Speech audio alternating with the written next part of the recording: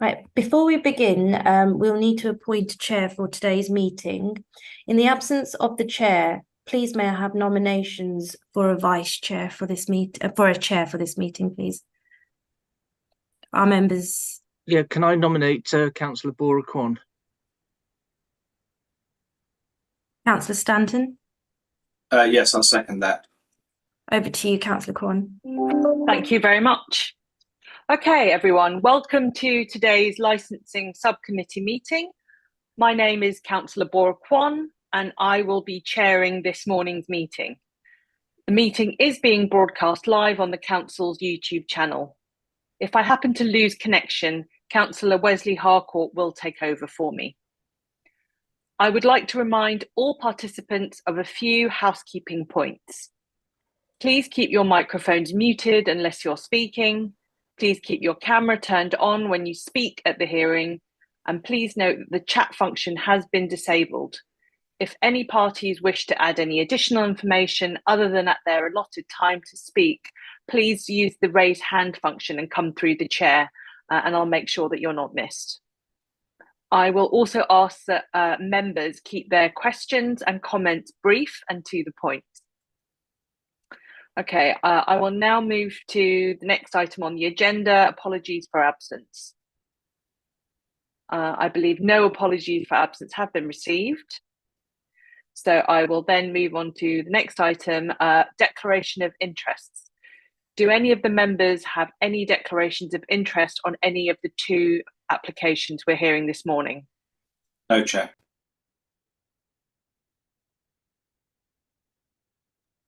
Sorry, none for me either. Okay, fantastic. So no declarations of interest. Okay, moving on to the next item, item 3, Olympia Exhibition Centre, Hammersmith Road, London, W14 8UX. I'm going to ask everyone participating to introduce yourself as I call on you. So we should have with us, I will start with Matthew Fitz. Yes, good morning, Chair. I'm here to present the application on behalf of the applicant. This morning, as you can see, I'm accompanied by a number of other people, perhaps easiest if they introduce themselves. Okay. I also have on my list Dominic Holmes. Yeah, morning, Chair. Yeah. Morning. Would you mind just telling us what your position is? Sure, yeah. U Capital Development Director, overseeing Olympia. Thank you. Next on my list is Louise Page Jennings. Sorry, Chair, forgive me. She's unable to attend.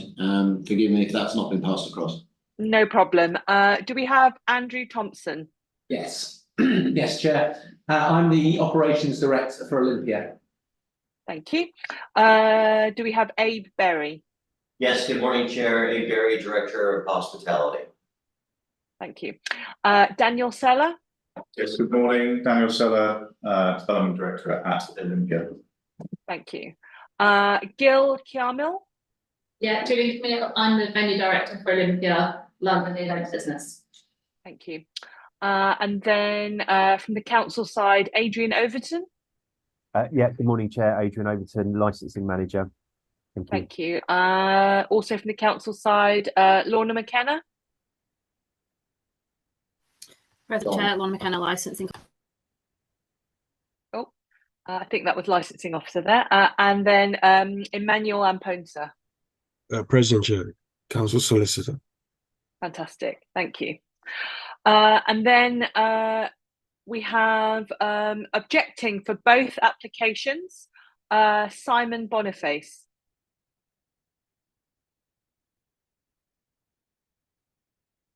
Oh, Simon, unfortunately, you're not on mute, but we don't have audio. I would advise to possibly maybe rejoin. That usually works. Okay. In the meantime, then, whilst we're waiting for Simon to rejoin us, do we have Andrew Hill? Yes, good morning, Chair. Good morning, everyone. I'm Andrew Hill, the Business Affairs Director of Trafalgar Entertainment, the proposed operator of the theatre. Yes. Oh, sorry, I forgot to explain that Andrew Hill is here in capacity to support for the theatre application only. That's correct. That's correct. Thank you. Okay. Thank you. Just waiting for Simon to join us.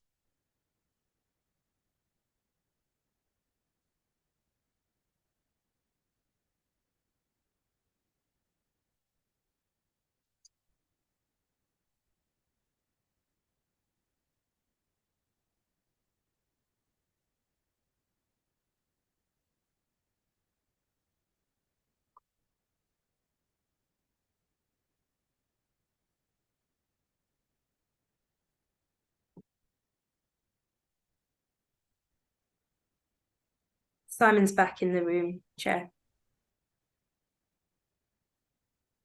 Okay, we'll just wait to get his video and audio up. Good morning, Chair. I hope you can hear me now. We can. Fantastic. Simon, can you just tell us who you are, your position, sorry, with the Of course. council? I'm one of the team leaders in the council's environmental public protection team. So we deal with matters of public nuisance. We have actually reached agreement over conditions relating to these applications. I said I'd attend the hearing anyway in case anybody has any questions. Yes, thank you. Appreciate that. Okay, I am just going to quickly run through the procedure. We've got quite a lot of business to get through today, so I just want to make clear that everyone knows the process. So in addition to the main agenda, a supplementary agenda A, B and C containing additional information was published on the 22nd and the 23rd of May 2024. So before we consider the application today, can I'll just tell you how things are going to follow today. So this hearing this morning will consider 2 applications for various aspects of Olympia Exhibition Centre as follows. So number 1, the first application is requested for the theatre, Olympia London Development. And the second, number 2, application is requested for Pillar Hall.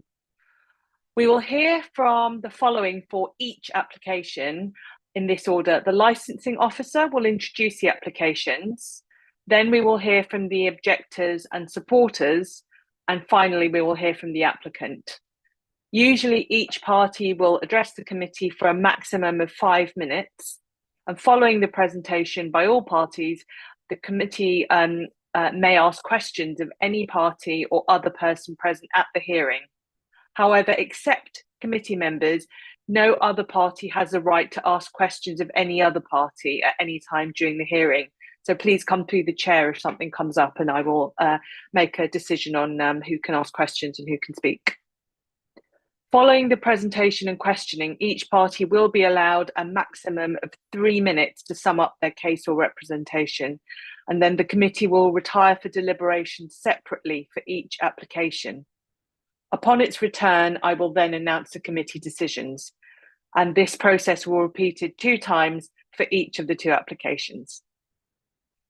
So we're going to start the first application for the theatre, Olympia London Development. So can I ask the licensing officer, Lorna McKenna, to please introduce the application? Yes, thank you, Chair. On the 26th of February 2024, TLT solicitors submitted an application on behalf of Olympus Property Holdings Limited, the applicant, for a provisional statement for the area of the Olympia development known as the Theatre, Olympia Exhibition Centre, Hammersmith Road, London, W148UX. A provisional statement provides the applicant with the means of establishing whether a premises that is being or about to be constructed or altered for the provision of licence and licensable activities would be granted a premises licence after the building works are complete. The applicant proposes to operate this area of the site as a theatre, which will host a wide range of plays and other dramatic performances. The applicant has applied for the following licensable activities: the performance of plays, the exhibition of films, indoor sporting events, boxing and wrestling, the performance of live music, the playing of recorded music, the performances of dance and entertainment similar to music or dance, all indoors only, and the times applied are Mondays to Sundays between the hours of 9 AM till midnight. They've applied to the provision of late night refreshment, indoors only, Mondays to Sundays between the hours of 11 p.m. till 12:30 a.m. and the sale of alcohol both on and off the premises, Mondays to Sundays between the hours of 11 a.m. till midnight. The proposed opening hours for the premises are Mondays to Sundays between the hours of 9 a.m. till 12:30 a.m. The applicant has proposed a number of additional steps within their operating schedule to promote the 4 licensing objectives if the application is minded to be granted today. During the consultation period, the licensing team received a representation from the noise and nuisance team objecting to the application for the theatre. In addition to this, there was also 12 representations received from local residents objecting to all the Olympia applications. One representation of support was received from Trafalgar Entertainment for the application for the theatre. And on the 23rd of May 2024, the Noise and Nuisance team confirmed that they withdrew their representation after the applicant had agreed to add 3 conditions to the licence if it is minded to be granted. Further to the main agenda, supplementary agenda items A, B and C, which contained additional information, were published on the 22nd and 23rd of May 2024 and have been circulated to all parties. Thank you, Chair. Thank you. And we're now going to hear from Andrew Hill, who's speaking in support of this application from Trafalgar Entertainment. Andrew, you've got 5 minutes. Thank you, Chair, and thank you for giving me the opportunity to address the committee. As I mentioned during the introduction, Trafalgar Entertainment has signed an agreement with Olympus to operate the new theatre, which forms part of the Olympia development. Just to give some more context about Trafalgar, we are a theatre and live entertainment company. Our business encompasses theatre productions, the ownership and operation of venues, performing arts education for young people in communities, ticketing, and the live streaming of content.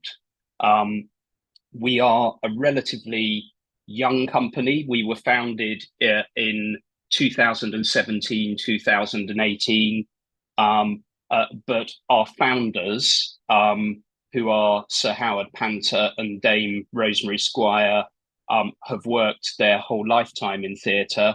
They founded and grew Ambassador Theatre Group from the early 1990s into the world's largest theatre company. And Trafalgar, with the support of our financial investors, has grown quite significantly in addition under their leadership over the course of the last 6 years. And we now own and operate 15 theatre venues throughout the United Kingdom. So in terms of our management team, there is long-standing and extensive experience in owning, operating venues, and with all of the attendant licensing obligations which go with that. And I think in the provisional statement for the theatre, we made a statement at paragraph 6, which states that none of Trafalgar's theatre's premises licenses has ever been the subject of any regulatory enforcement action. And we have also had no licensing reviews. So we are experienced, but we also take our obligations as licensed premises extremely seriously. We feel that the application for the theatre will promote the 4 objectives in the 2003 Licensing Act. Our provisional statement sets out in turn why we consider that those objectives have been met. I know that there have been some observations made in relation to noise attenuation at the theatre. and I'm aware that there have been some separate discussions that we've not been privy to with the EHO in relation to that. All I would say is that because this is a new build theatre, there has been, and it also abuts Hammersmith Road, there has been significant attention paid in the design of the theatre to noise attenuation, and that is partly in keeping the noise within the theatre so that the acoustics in the theatre maximise the customer experience. But by logical consequence, that also means that there has been a significant amount of attention also paid to noise egress, which I think is also reflected in the conditions attached to the planning permission for the theatre. We have also, as part of the provisional statement, I think at Annex 2, appended our corporate social responsibility statement. What I would say in relation to our operating plan for the theatre is that we propose to bring content of national and international stature to the new theatre at Olympia. But we very much want a local flavour to the theatre and to engage fully with local communities. That is what we do with all of our other 15 venues throughout the UK. We will engage with schools, community groups, run educational projects, run projects for older people, people who are disadvantaged. That will all be part of our operating plan for the theatre, fitting the theatre in alongside the wider cultural ecosystem in Hammersmith and Fulham, which we know is already very strong. So we see the theatre as being very complementary to the overall cultural offer within Hammersmith and Fulham. I'd just like to conclude by saying this is quite a remarkable new development for Hammersmith and Fulham. It is the largest new build theatre to be constructed in London since the National Theatre in the 1970s. We feel it will be a real magnet, both for the overall development and for Hammersmith and Fulham as a location more widely. And we therefore endorse and support the application that Olympus have made. Thank you. Okay, thank you very much. Next, we'll come to Simon Boniface, who will be speaking as an objector. And Simon, you also have 5 minutes. Just to interrupt, sorry, Chair. Simon did withdraw his representation, so I don't know if he will be entitled to the 5 minutes. He just came along more to answer questions just because the agreement was reached so last minute, just from the side of public nuisance. Okay, so I take it Simon won't be speaking now. I mean, I'm sure he can answer for it, but it was just we didn't update the attendance list just because he said he wanted to attend to be able to answer any questions that the committee may have regarding that side of it. Okay, no, I understand. Okay, so Simon, if you can just stay online just in case we want to come back to you with any questions. Okay, in that case, I will ask Matthew Phipps, the applicant solicitor, to speak, and you will have 5 minutes. Thank you very much, Chair. You will, as a committee, have seen that there is a significant volume of papers which we suggest discloses significant consideration of the issues at hand. A number of the papers, it is fair to say, are common to all applications that you will be considering this morning and later. And a number will also be familiar to the committee members who have sat on the previous applications that have been determined across the last several weeks. I appreciate that is not all committee members. There are some specific submissions set out for the theatre in the supplementary agenda A at page 54, which I hope is a helpful document as it seeks just to consolidate some of the materials, setting out the hours, the activities, the conditions on the licence, which the committee will note includes the creation of a theatre management plan with a fairly strong list of all of the policies and procedures that will go into the management of this premises.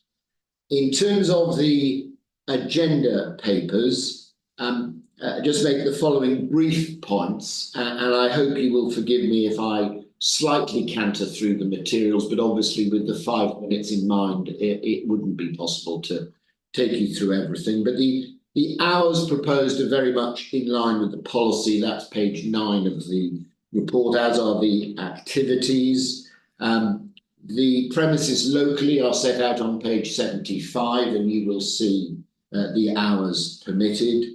Some commentary provided in supplementary A about the permitted hours for the Westfield development, included merely because it's been referenced in the representations. And there's a report on the planning permission in supplementary A, just setting out some of the background.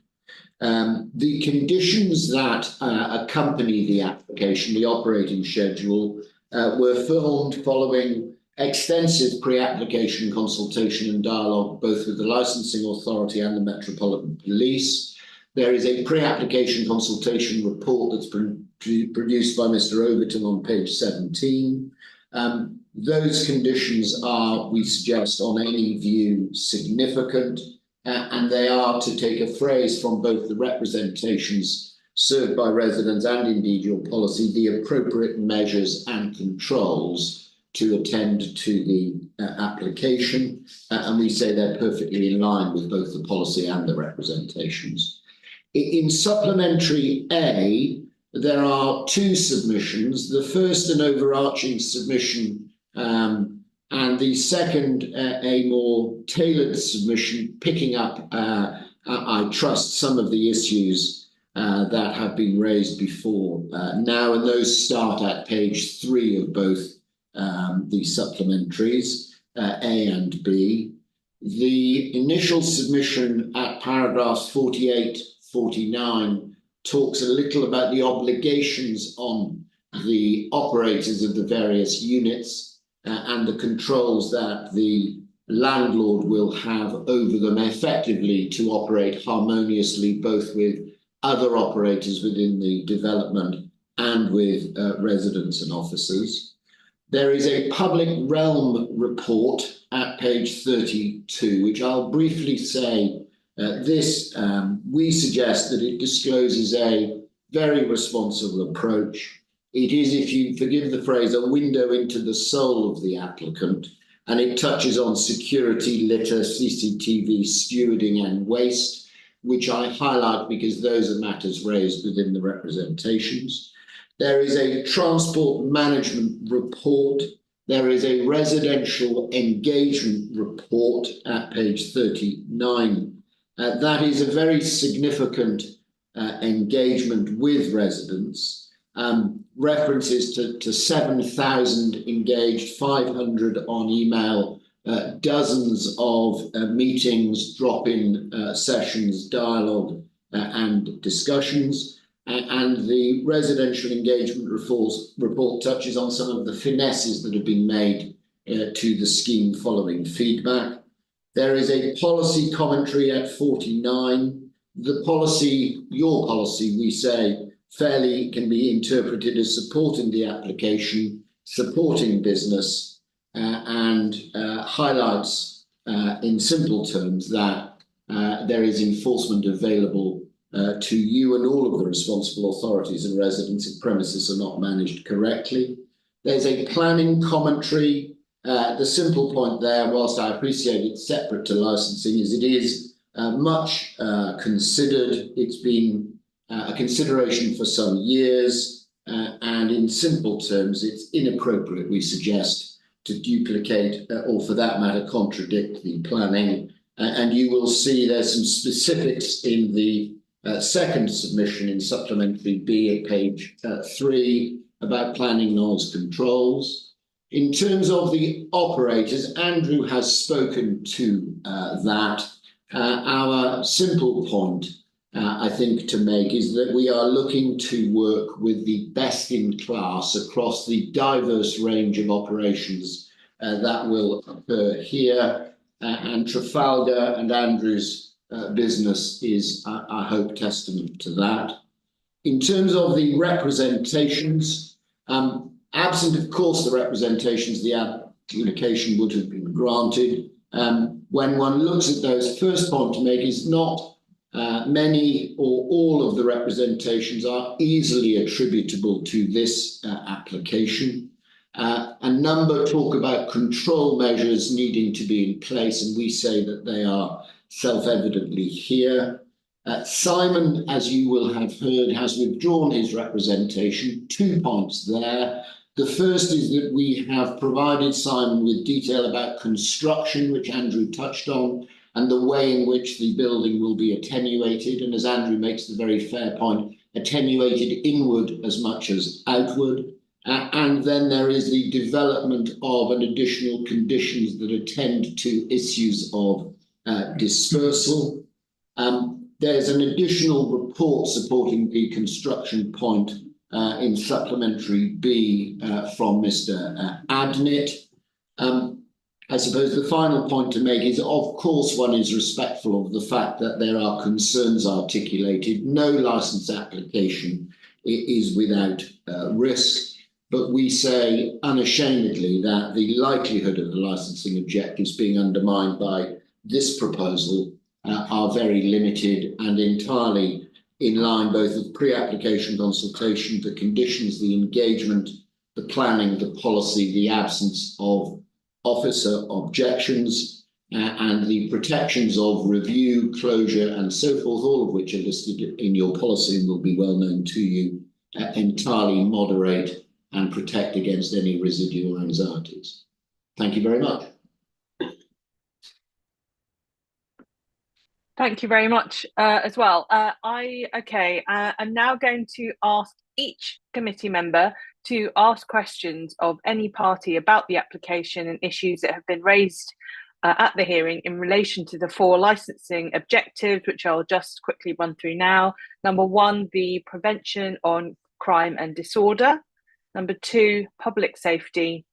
Number 3, the prevention of public nuisance. And number 4, the protection of children from harm. Okay, which of the committee members would like to start? Okay, Councillor Stanton. Thank you, Chair. Thank you, everybody. I have, at the moment, I may have some more questions, but I believe that Councillor Harcourt might be asking one of them, so I'll let him. But just a quick question for clarification regarding off sales. In the application form, on page, there were so many forms, the box for both is ticked, which is, I think, box J, unless I'm looking at, yes, the right page. But then on page 56 of the supplementary agenda A, it says sale of alcohol on the premises only. So I was just really trying to clarify what the situation was there. So yes, thank you. I was struck by the phrase off sales when Lorna referenced it. There is, so far as I'm aware, no intention to have off sales in any sense of the word off sales departing the premises. Andrew may speak to this, but I think from time to time people may stand outside the front, perhaps with a drink, but there's no off sales departing the building at all. And candidly, and apologies for saying this in the committee hearing, I suspect that's an error and can be treated as withdrawal. Thank you. Yeah, that's agreed from Trafalgar's side. Okay, thank you. Chair, that's it for me just for now, though I may have some questions later. Of course. Councillor Harcourt? Yeah, thank you very much, Chair. Just a couple of quick questions, really. It involves the issue around public nuisance, mainly in terms of noise and dispersal. And you've partly mentioned this, and I'm not quite sure who to address this to, whether some of it goes to Simon Boniface, some of it obviously goes to the to Olympia as well. But while I accept that there's no objectors here as such, one of the issues that's come up throughout has been this issue of noise and transmission of noise or egress of noise, and it's been mentioned, but can you tell me just a little bit more about that? And Simon, perhaps if you could say why you suddenly, or you decided that it was now time to withdraw your objection on that one. Thank you, sir. Shall I just lead off on the first point and then leave Simon to pick up after I've spoken? So I think, and Simon will just correct me if I put words into his mouth. There's no intention to do that. I think there were two issues of focus. The first was the issue of the escape of noise from within the fabric of the theatre.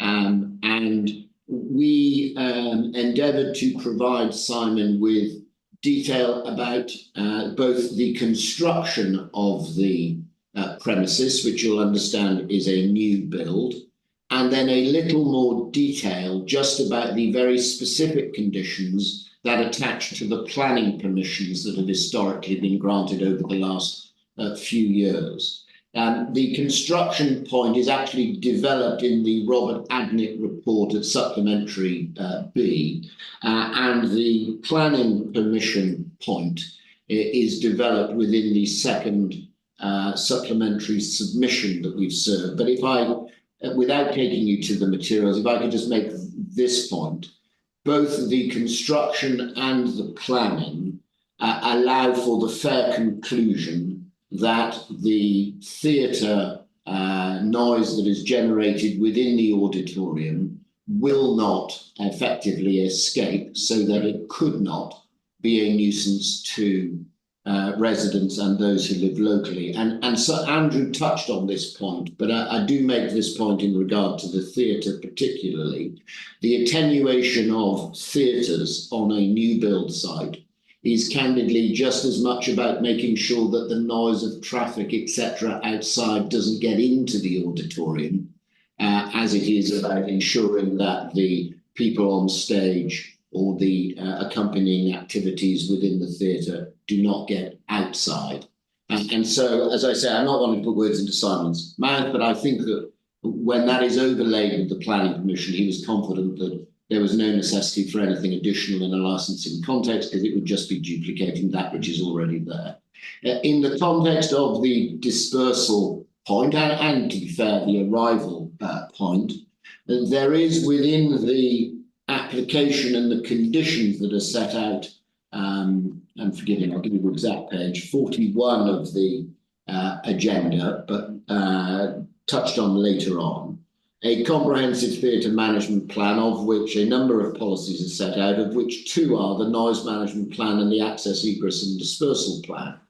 And Simon, I think in the discussions that we had, was keen to see that the authority would have a transparent access to such a policy and be able to make suggestions and recommendations upon it through the course of operations. The transparency point is touched on specifically within the conditions within the application, documents to be shared, licence holder to comply with the theatre management plan, but the developed conditions effectively attend to our providing the dispersal plan in advance of any opening, and for the environmental team to have the opportunity to feed back on that, and for us to provide, if there are amendments or finesses to that document, that to be provided to environmental health, such that we're effectively held to the delivery of that dispersal plan as though it was a specific condition on the licence. Forgive me, I went on a bit longer than probably was necessary, but I hope that that is a comprehensive answer to the question. And the detail is quite frankly necessary. In terms of the dispersal, one of the issues I suppose would be there's a number of applications here today. I know we're only dealing with the one at the moment, but there are a number of applications here for various bars, theatres, pillar hall, etc. Is there any operational plan to make sure that that you don't have all of those in operation at the same time and dispersing the entire group of people at the same time, so you suddenly find God knows how many thousand people leaving Olympia at the same time? Yes, absolutely. So I'll make one brief point, Councillor, but if I may, I'll hand you over to Andrew within our team who is the author of the Public Realm report that is included within your papers. That Public Realm report talks very specifically at page 6, forgive me, it's page 33 of the supplementary agenda A. And that report is about the way in which the Olympia development will be managed by the Olympia business, as well as and in conjunction with the individual operations themselves. And so, well, I'll leave Andrew to develop that piece in a moment. The second point to make, and perhaps you'll hear from Andrew Hill, from Trafalgar on this. Sorry about the plethora of Andrews. Andrew will speak to, although the hours of operation for the theatre are to permit activities until midnight, in reality, for most theatrical events, 10 and 10:30 is the likely finish time. That's not to say that we want the application limited to that, because some theatrical performances are longer and we wouldn't want, obviously, to avoid taking those if appropriate. But in general terms, the theatre would be putting out its customers at a time that's likely earlier than some of the bars and restaurants that you've mentioned.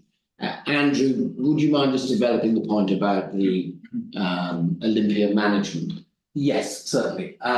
We are planning to coordinate with all our occupiers in the estate.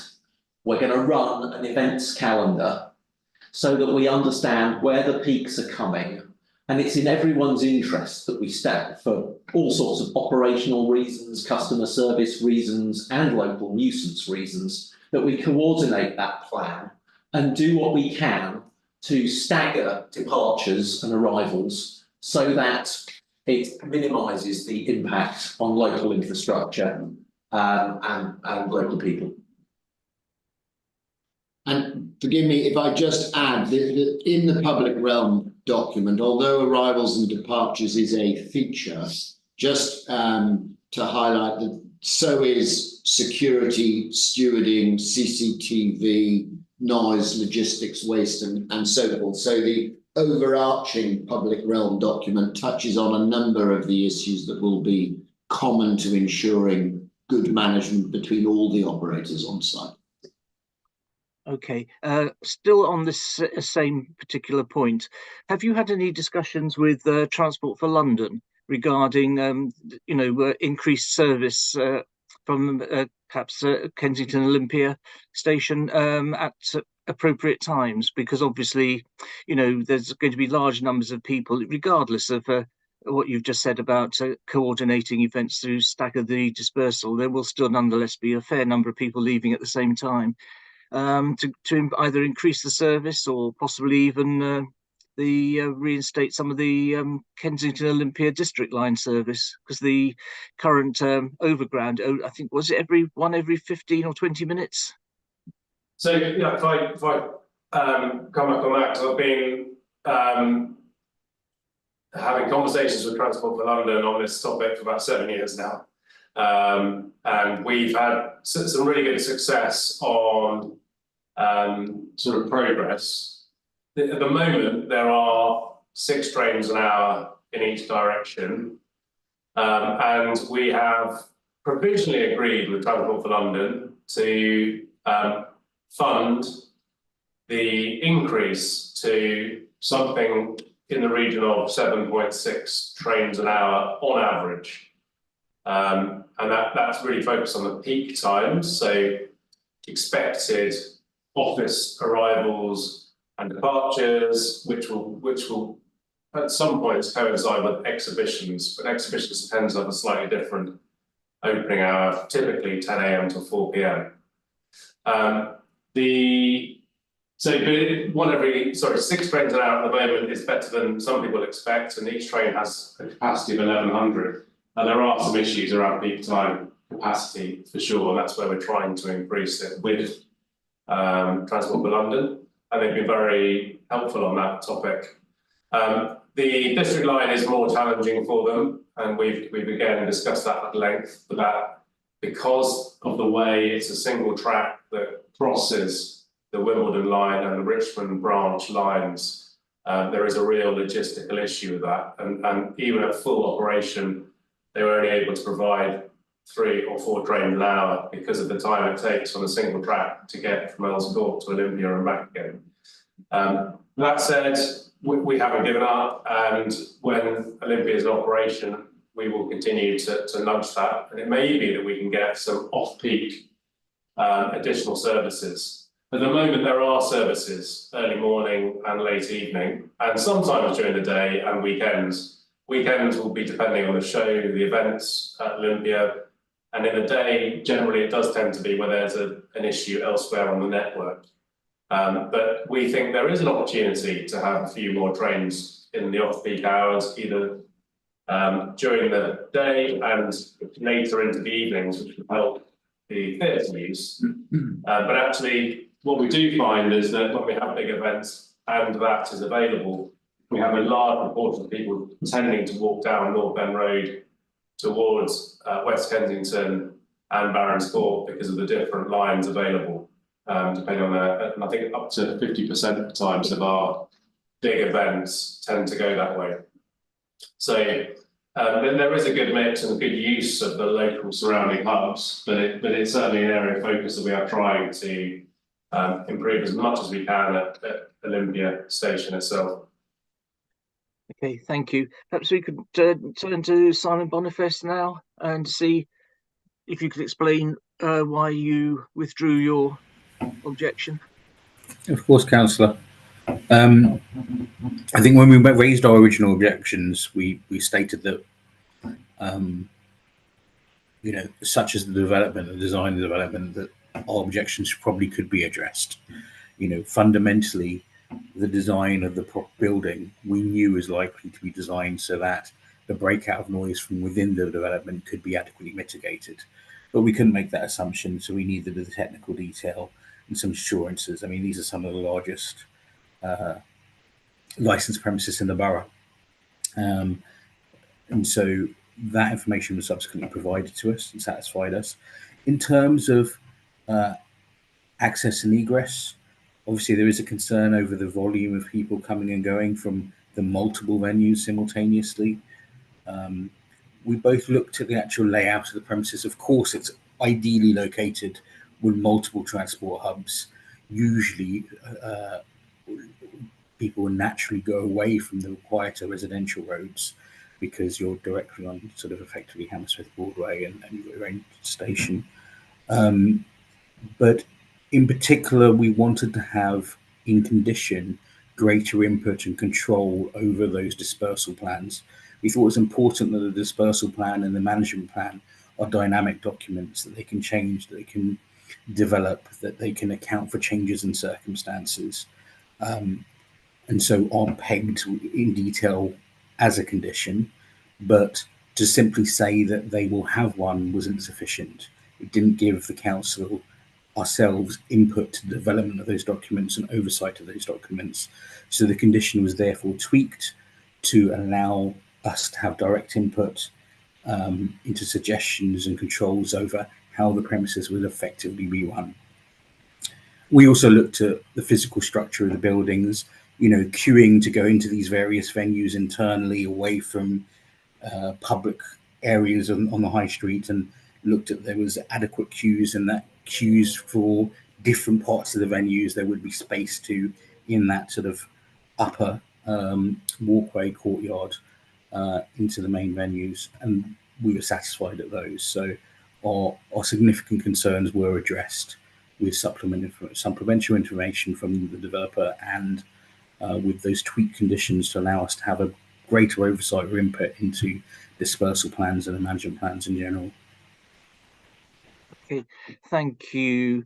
In terms of that oversight, is that something that the council will have to approve or agree, or is it just a question of you receiving a copy and saying okay? Yeah, so we had some discussion over that because the usual and quite reasonable argument comes up. to have a condition to say has to be approved by the council effectively gives our department, our team, absolute control. You know, if we're not happy with any particular element of it, we can say no, they can't continue, they would be in breach of their license. So we had discussions. So it doesn't say we have to approve it. That would be argument, you know, quite reasonably, because this has been discussed many times before, giving us too much control. It simply states that we have input into it. And of course, if they didn't listen to our adequate concerns and it gave rise to public nuisance, and we had made suggestions which weren't followed, that would give us a strong arm to review and take action in the event of problems. Okay, thank you. Can I just go back to Olympia? I don't know who wants to answer this one, but the term approved by is something that comes up quite often in these licensing panels. What could you give me your take on that, please? So yes, thank you. I think the difficulty is that the conditions on a license can only oblige the licensee to do something.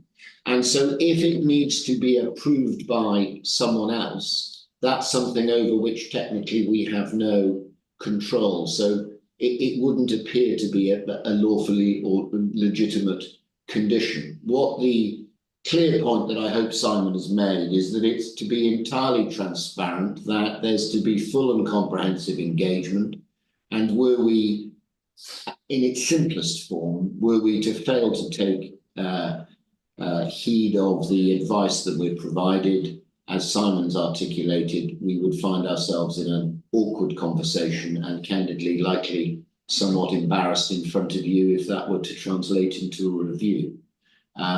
But in terms of the approval point, it just didn't seem, and I don't think I'm speaking out of turn when I say Simon and I both felt that that wouldn't be a legitimate condition. Okay, thank you. One final question from me, if that's okay, Chair. And this is to the licensing team, which is really for my own mind, can you clarify what the situation is with Westfield? A number of the objectors that wrote in, quote, Westfield finishing at 9:30 or thereabouts, which didn't seem to be right. I know it's challenged in one of the supplementary agendas as well, but if you could just clarify for me what the situation is. And then I'll keep quiet. Without me looking at the uniform records and checking all the premises, what I can remember from one of the hearings, I think it was the first hearing that we had, some of the premises are licensed till past 11 o'clock. If a premises is choosing not to operate up until them licensable hours, but they are licensed past 9:30 p.m. But obviously a licensee or a license holder doesn't have to operate until the hours that they're permitted.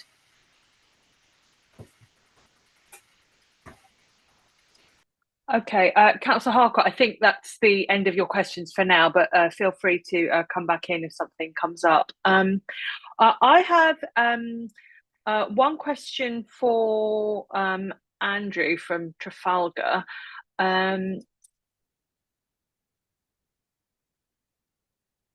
Great. I wanted to ask you, so generally, looking at the theatres that you put in your presentation about that Trafalgar operates both in the UK and London and around the world. So at the moment, it looks like the Olympia Theatre will be the largest capacity, overtaking Sydney, I think, which is the largest one. I'm familiar with some of the London venues, but not obviously not all the international ones.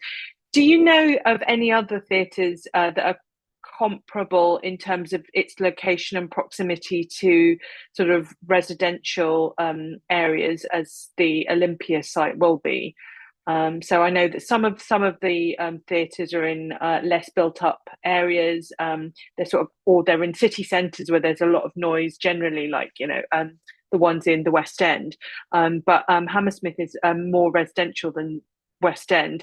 Do you have a theatre in your portfolio that you're aware of that is comparable? And I'm just wondering how the operation of that has gone in terms of dispersal, noise with local residents and so on. Yes, thank you, Chair. actually one of the venues that we have, which is right next to residential accommodation, is Trafalgar Theatre in London. There are residential flats all around the theatre. It's located on Whitehall, at the top of Whitehall, near Trafalgar Square. And we engage regularly with local residents. I think not so much because of noise from performances, but we tend to have to manage, because it is a relatively old building in quite a built-up area. We engage with local residents when we have to get in and get out shows at the theatre. So you effectively, the old show comes out and you load the old show out, and then you have to put the scenery and other equipment from the show in. So there is always some discussion and engagement with residents then. In terms of dispersal, I'm afraid it's probably, I think that for audiences arriving, that tends to be staggered a little more. So some people will arrive earlier and they will have a drink before the show. And we foresee that at Olympia, obviously where there is quite significant provision in terms of restaurants, food and drink provision, people will probably arrive a little in advance. At the end of the show, whilst people are encouraged to stay behind in the venue if they want to and have a drink, it's probably fair to say that most theatre audiences all disperse, by and large, at the end of the show at much the same time. And we do acknowledge fully the points that have been raised with other constituent parts of the development in terms of managing, in particular, the outflow of people at the end of our show, and perhaps coordinating with other component parts of the development and other operators. And we are already in touch with the proposed operator of the music venue to see how our plan can best be managed together. The music venue on the development is obviously, fairly much next door to the theatre. So that's something that we're very conscious of, and which, we intend to manage and to develop. But we do, I think, both at Trafalgar Theatre and other venues where, we have a number of venues regionally, which are in more built up areas. We are very used to dealing with those sorts of issues and managing both the inflow and outflow of patrons. So we are comfortable that whilst there are, specific considerations that we need to be mindful of with the Olympia development, this is something that we feel confident and comfortable that we can manage. Okay, and then turning to the sale of alcohol within the venue, will the licensed areas, the bars and so on, and the refreshment areas be accessible to non-theatre patrons? So people who haven't bought ticket, members of the public. I think there is there's a possibility that the main foyer would be accessible to non-theatre patrons. They obviously, as I touched on, they have lots of choice, or they will have lots of choice in the Olympia development generally. There will be a point at which obviously you will need a ticket to get into the auditorium, but the main foyer on level 2 will generally be accessible to members of the public, and there will also be a box office there which will be selling tickets for future performances. So yeah, we would anticipate that would be the case. You can tell me that as a theatre operator, would there be an occasion, or do you know at this stage, would you intend for that main foyer, the most accessible one, to be a sort of destination drinking spot in and of itself? Or do you think that's, I mean, I'm familiar with most theatre bars, and I wouldn't say that they're like that, but you might have different plans, or you might know at this stage sort of what your intentions are for that space.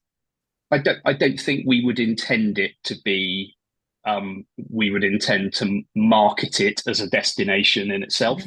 But equally, we would we would encourage people to access that area really to promote the wider objectives of the theatre, which is essentially what's on stage, and trying to encourage and promote the shows at the theatre and encourage people to buy tickets to the shows and attend performances. So I don't think it would be, I think as you touched on in relation to theatres generally, they're not typically regarded as independent destinations where you would necessarily go for a drink at the theatre and then you would go somewhere else. You would normally be, we would expect almost all of the patrons who are in that area to be attending a show, or alternatively attending that area to inquire about tickets, to buy tickets and things of that nature. Okay, thank you. Councillor Stanton, you've got your hand up, please. Go ahead. Yes, thank you, Chair. I just wanted to come back to this, the condition about the theatre management plan. And I do freely admit, with the vast amount of paperwork that we've got before us, I may have missed something. However, looking at it, the wording of the proposed condition says shared with. Now, to me, shared with doesn't suggest anything other than here's our theatre management plan and that's it. It doesn't actually require or enable the authority to have any input. So I was wondering what we have our pool of standard conditions as a guidance to the committee. I was wondering if I could ask Emmanuel what we have in our pool for conditions that are similar to this and what they say. And then if I could also ask, I guess it's a general question to licensing, how often this kind of condition goes in and what the general wording has been in that or in them. Yes, Councillor, we do have conditions where we've asked noise plans to be submitted to and approved in writing by the noise and nuisance team.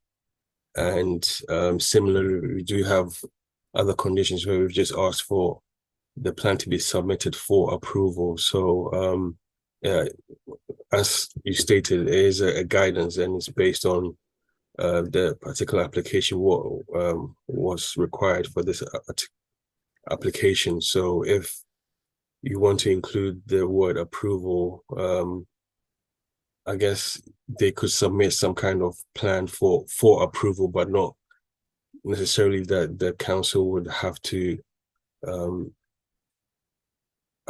approve it. They just have to make the submission. The obligation will be on the licensee to submit for approval. Thank you. And so to licensing, what is the general sort of stance from licensing on this? But also, if you could just give me a feel where these clauses or these conditions are in, what the norm is, what the usual wording is. So I might be able to help there, Councillor, with that. So often we do have, where there's an event or a large venue, it might say that any events will take place in accordance with an event management plan. Obviously, in this occasion, it's called a theatre management plan. But it really just says to take place in accordance with. But obviously, there's difficulty when you say that it must be approved by the council. Normally, what we're trying to get to is a situation where we're collaborating with the license holder so that we're aware of that event management plan or theatre management plan and that we can make comments to it. But I think the difficulty comes is where you say that the council has to approve that document, because obviously that could be difficult for the license holder to operate in those circumstances if there's some sort of hold up with the approval. I mean, I think, long term, if there's, if the council's, the noise team or health and safety officers are offering advice through that management plan and that advice is not being heeded and then there's problems down the line, then certainly that would be an issue that we could, possibly look to review the license or that type of thing. But I don't know whether we could actually say that it would be approved, but that's obviously something for the license holder to, or for the applicant to comment on. Thank you. Yeah, so I guess at the back of my head is when Mr. Phipps spoke, he mentioned, in concert with the council, but there's no imperative within that condition for that actually to happen. No, I mean, it's it says that it must be shared. So I suppose at least we've got the reassurance that there's not going to be a theatre management plan that the council aren't aware of and that we don't have an opportunity to comment on. I think as the conditions worded at the moment, we could make comments on it. Whether those comments were heeded by the applicant, but that is a different matter. But as I said, if that then resulted in problems, then we could certainly look to review it and maybe make that wording a bit more stringent, possibly. Okay, thank you very much. That's it from me. Would you mind, Councillor, if I jumped in? Yes, I can. Yes, is that Matthew? Yes, sorry. Yes, I could see a hand. I thought that was you. Yes. Is it a question or a comment? Well, if I may, it's to answer Councillor Stanton's question, albeit, to be fair, he didn't ask it of me, he asked it of Adrian. But if I could... Are you happy to hear it, Councillor Stanton, although it wasn't asked? Go on. Okay, please go ahead. Yes. And you may wish just to clear this with Simon as well. But what, being transparent, what we had sought to achieve in our condition, and it may be that you'll want to look at the wording, but we believed it did the job, was that it would, were things to go awry, it would be clearly embarrassing and difficult for the applicant had they failed to take cognizance of the advice that they'd previously been provided, if you will. So the job, which, if I may say so, is almost to hold the licensee's feet to the fire, although I'm sure it's put more delicately than that in the national guidance. But in order to hold the licensee's feet to the fire, were we to fail to listen to advice, and then were the licensing objectives to be undermined, that would be very awkward. It is what we were trying to achieve. I know that doesn't quite answer the question, but I hope it supplements the point that Adrian made. It does, but if I can perhaps explain why I was asking the question is I'm sure that's the intent, but it's not actually what the condition says. No, well, I entirely accept that. But Adrian's point, if I may say so, that conditions can only oblige the licensee to do something, they can't oblige the licensing authority to do something. That is the sort of awkward part of this. But the submission in advance, the taking heed of advice provided, the report being amended and then being disclosed was as far as we could go, but obviously happy to hear from you all. Okay, thank you. There's nothing further from me, Chair. Thank you, everybody. Okay, Councillor Harcourt, did you have any further questions? Sorry, no, nothing more from me. Okay, I've got one question to the licensing officers just regarding the history of sort of performances and at the venue. So in the report, there's reference to two previous TENS licenses, one a fashion show and one a music concert that caused sound issues and noise issues for sort of local residents. They're the only two that mentioned. Have there been any, and I know that the report says that there haven't been in the last 12 months, have there been any successful sort of, if that makes sense, sort of TENS licenses for performances where there weren't noise complaints, so that the things that happened were sort of the fault of the operators, or are those two the sort of only examples that we can draw on? I don't know whether I can help with that, Chair. I'll try to. But sorry, those events are actually in relation to their premises license, and there were conditions that they used to allow those events to take place, so they weren't technically under temporary event notices. But I mean, there were issues at those events. You know, the noise team were made aware of them. There wasn't actually we didn't identify a breach of the condition on those occasions. It's just that we did identify that there were noise issues. In terms of whether there's been other events there that have almost, gone smoothly and that we weren't aware of. Unfortunately, we do only tend to sort of find out about events where things have gone wrong. But right.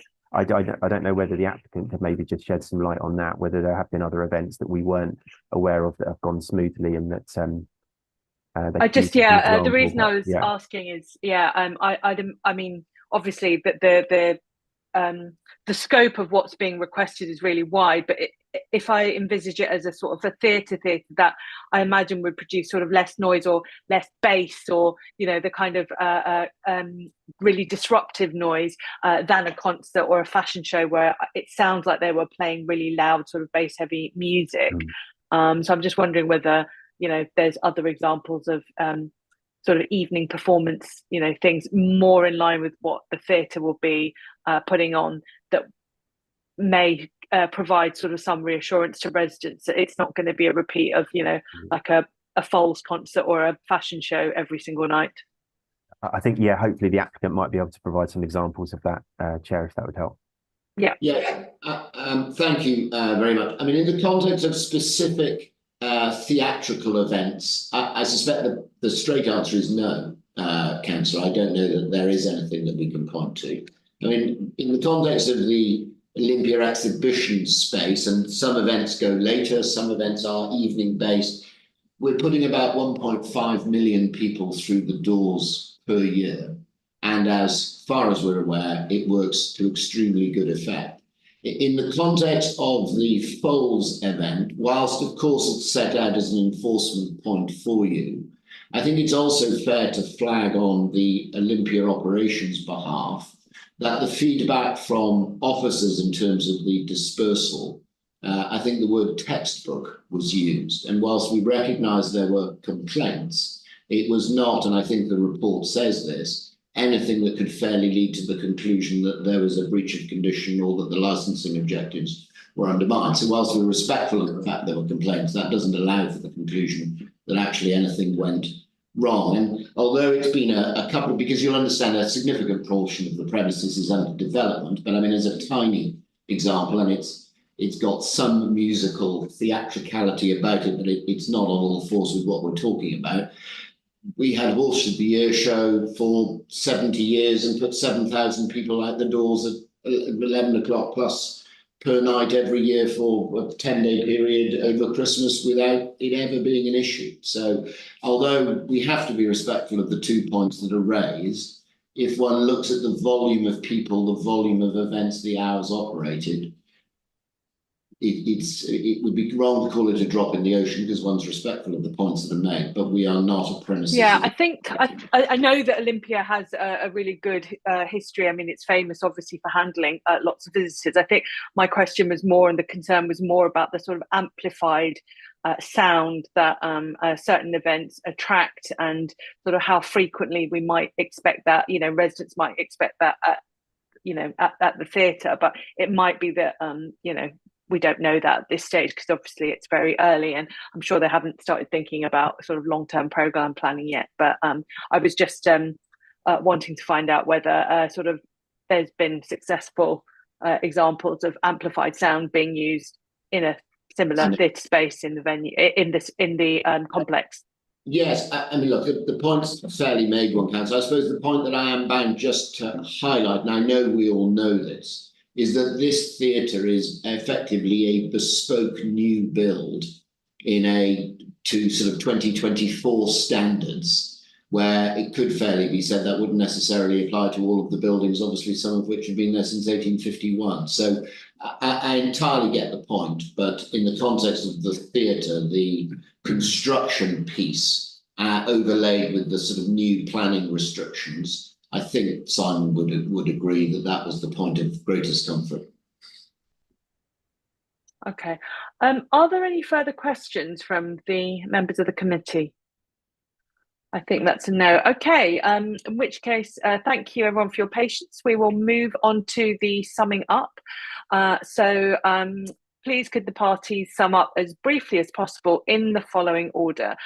So I will go first to the licensing officer, Lorna. Nothing further to add, Chair. Thank you. And then I will next go to Andrew Hill for the supporters from Trafalgar Entertainment. If you'd like, you have up to 3 minutes to speak. I have nothing further to add, Chair. Thank you. Okay, thank you.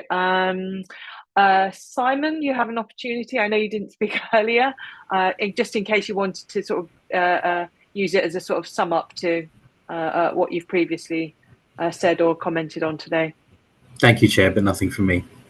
Okay, and then that means finally I will come to Matthew for the applicant.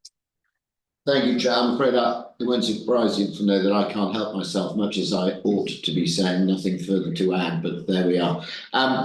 Yes, very briefly, in terms of the representations that are raised against the application, they articulate a number of concerns. Fair to say, I hope, that not many of them seem directed at this proposal, but notwithstanding that, you have a very comprehensive operating schedule that goes directly to the points that are fairly raised in the representations about the residents' appetite to see a series of strict control measures in place in order to ensure that the premises works sympathetically with its position. And we say unashamedly that's the case, and candidly, don't take our word for it.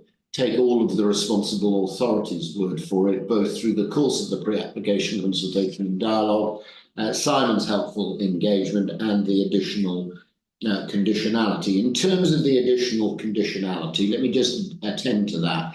I am entirely respectful of the points that have been made by councillors that ensuring that the environmental health team are engaged in ensuring that the arrival and dispersal is correctly managed is an entirely legitimate and indeed laudable aim for us all.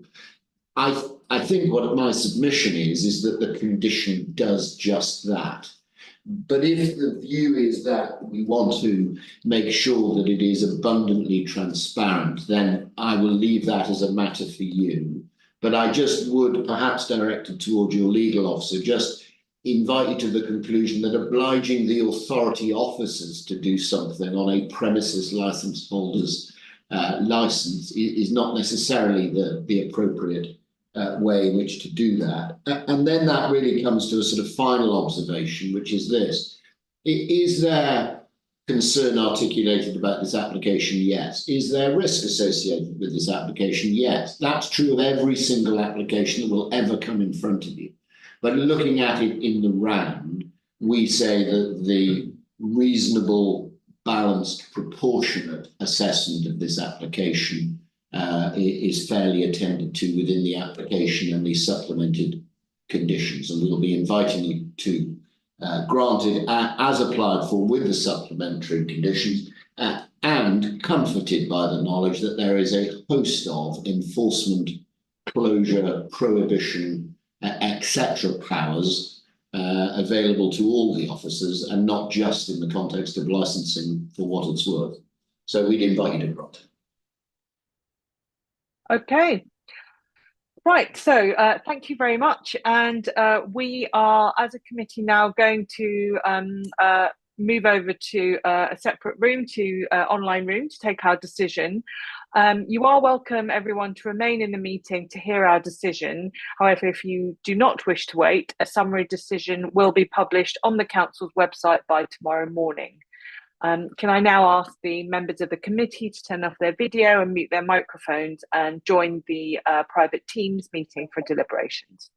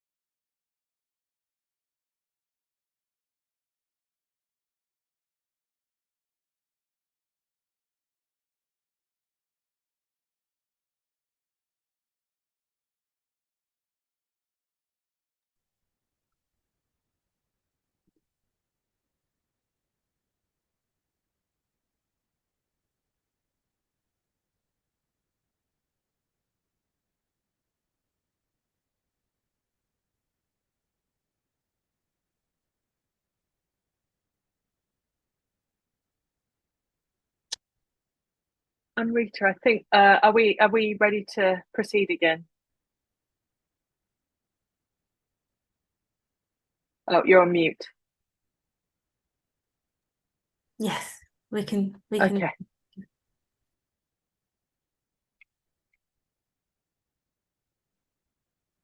Oh. I think Councillor Harcourt is with us. Not sure if he's. I'm most certainly with you. It's come up. It's because I've still got the Teams thing open. Oh yes, if you just end the Teams call, then you should come back on. But I think you can proceed with your decision, Councillor. Okay. Thank you everyone for your patience. And let me just bring it. The committee has considered an application for a provisional statement for the following licensing activities under the Licensing Act 2003, hereafter known as the application.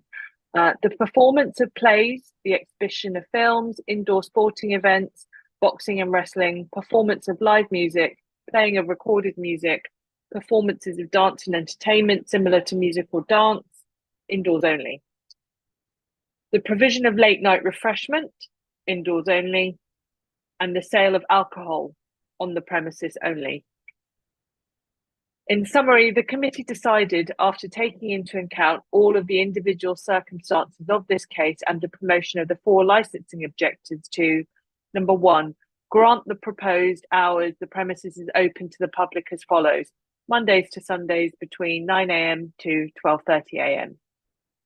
Number 2, grant the proposed hours for the provision of licensable activities as amended by the committee as follows: the performance of plays, the exhibition of films, indoor sporting events, boxing and wrestling, performance of live music, playing of recorded music, performances of dance and entertainment similar to music or dance, indoors only, Mondays to Sundays between 9 AM to midnight, 12.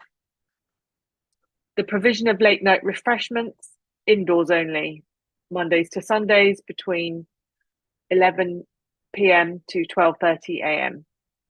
And the sale of alcohol on the premises only, Mondays to Sundays between 11 AM to midnight. Number 3, attach proposed conditions by the applicant. And number 4, amend the proposed condition by the applicant relating to noise nuisance as follows: such access, egress and dispersal plan shall be submitted to the licensing authority for review no less than 14 days before the premises opens. Any comments, observations, advice or suggestions made by the licensing authority shall be considered and as appropriate adopted by the licensee both before opening and following any ongoing engagement. Any amendments made to the access, egress and dispersal plan will be made known to the licensing authority. The licensable activities granted as referred above would come into effect when an application for a premises license will be submitted and approved by the council. The premises construction shall be completed in a manner which substantially complies with the schedule of works referred to in the application and the accompanying plans. A copy of this committee's full decision, including setting out details of this decision, together with its reasons, will be sent to the parties forthwith. If the applicant or any person who has made a relevant representation is unhappy with the terms of the provisional statement issued, they are entitled to appeal to the Magistrates' Court within 21 days from the date of notification of the full decision. Okay, thank you.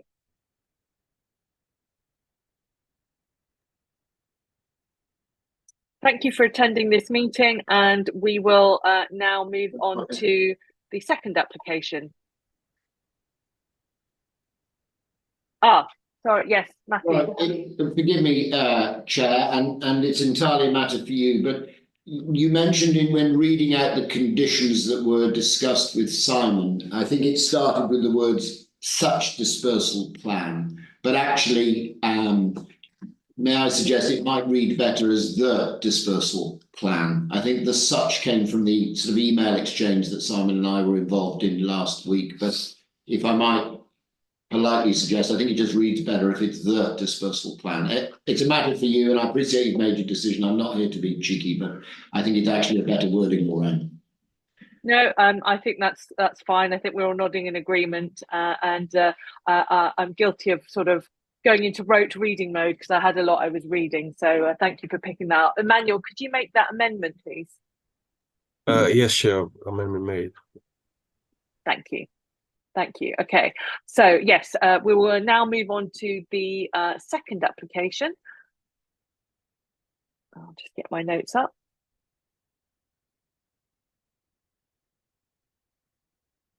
Okay, so the second application is requested for Pillar Hall.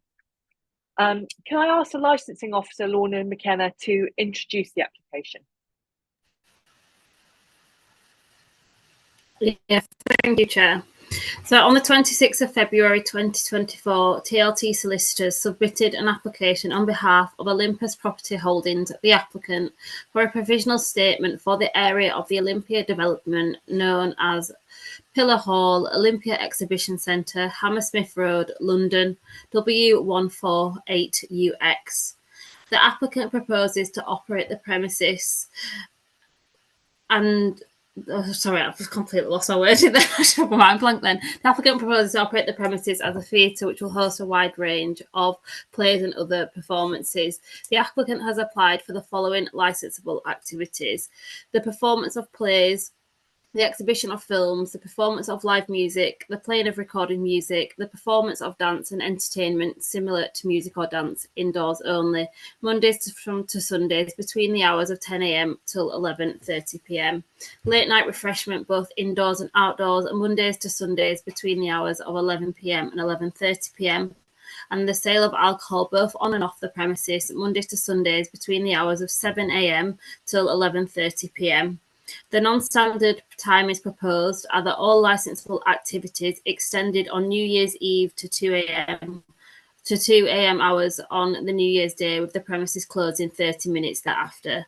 The proposed opening hours for the premises are Mondays to Sundays between the hours of 7 a.m. till midnight, and Mondays to Sundays between the hours of 6:30 a.m. till midnight for residents of the Emberton Hotel, the Hyatt, and bona fide guests. The applicant has proposed a number of additional steps within their operating schedule to promote the four licensing objectives if the application is granted today. During the consultation period, the licensing team received a representation from the noise and nuisance team objecting to the application for the Pillar Hall. In addition to this, the licensing section also received 12 representations from local residents objecting to the license applications. One representation of support was relieved from Pillar Angle Limited for the application for Pillar Hall. On the 23rd of May 2024, the Noise and Nuisance team confirmed that they withdrew their representation after the applicant agreed to add 3 conditions to the licence if it is minded to be granted.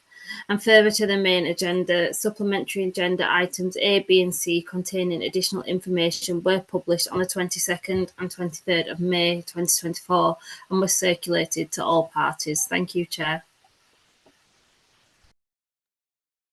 Thank you. Now, supplemental agenda C, I think it was, I'm losing count. Simon Boniface, the Environment Protection Officer, I understand, has withdrawn his objections. He was actually due to speak next. Is that correct? Yes, that's correct. Okay, but Simon, I believe, is still present on this call. So if the committee wanted to ask any questions later, we could do. Yeah. Okay. In which case, can I ask Matthew Fitz again to speak as the solicitor for the application? If your concerns mentioned in the previous application are also relevant to this application, can you summarise any additional comments that you want to raise for this particular application? And you do have up to 5 minutes. Thank you, Chair. Just on that last point, I'm very respectful of the fact that each application is considered on its individual merits, of course, but if I may, I'm going to proceed on the basis that the specific conditions, the volume of papers, the officer's report, the hours and activities being in line with policy planning, local premises, the conditions following pre-application consultation, the materials contained within supplementary A are all effectively to be treated as common where they are relevant. Of course, I can take you through those in more detail if you would wish, but I suspect there's not an awful lot to be gained in my doing that, bearing in mind we only started the last application a couple of hours ago. And so what I would like to just focus on for the moment, please, is the proposed operation and the proposed operator for this unit. You will see at page 134 of the agenda, there is a representation served by the proposed operating company, and there is a brief submission that we have served at page 84 of the supplementary A agenda, which I'm not going to take you through line by line, but I hope will be informative as to what it is that we are talking about. So the proposed operator, Des Gunawaradina, is the representation submitted on effectively his behalf sets out a little bit of background as to who he is. And what we say unashamedly is that we are extremely proud and pleased to have engagement with him and his proposed business and his type and style of operation for this premises. The premises itself is a music hall, or was built as a music hall, probably fair to call it a former music hall, as it has not been used that recently. But it's got a sort of history of going back 100 years of musical events and activities. And you will see within the presentation that accompanied the representation that was submitted on Des's behalf, a little bit of detail giving you a flavour of the type and style of operation. I'll take you through that if I may. So the first part is the ground floor. That is effectively a restaurant cafe that will be open 365 days a year. You may have noticed from my submissions, I typed 364 days. I've no idea why I tried to close the venue for a day, and apologies for that. And that operation, whilst it will of course be open to the public, is very much to work in conjunction with the Hyatt Hotel that is effectively next door. And again, each application on its individual merits, but for the those councillors that sat on the Hyatt Hotel application, you'll recall that there was some discussion about, whilst there is a small bar and some modest facilities on ground floor, the predominant food and beverage offer is effectively going to be from the Hyatt. And in the submissions, you will see reference to things such as hotel residents being able to charge their meals and so forth when they are in Pillar Hall to their rooms, as you would expect. And it is effectively the food and beverage offer. In the basement, there is proposed to be a fairly small bar, which is, I think in the paperwork, has the working title of a speakeasy, which probably gives you a flavour of what's to be expected. There's anticipated to be some musical entertainment in that, soft seating, and that will operate there. And then on the first floor, in the historic music hall part, which has also got a mezzanine that runs around the three of the four walls with a stage at the end, there will be an events and music space. The environmental health officer, obviously Simon is on the call. There's been engagement with him which has followed a similar template, it's fair to say, to the theatre discussion. So first of all, we provided some materials about construction and about attenuation, and we looked at the specific and closely controlled conditions on the face of the planning permission for the venue and the venues more generally, and he was satisfied with that.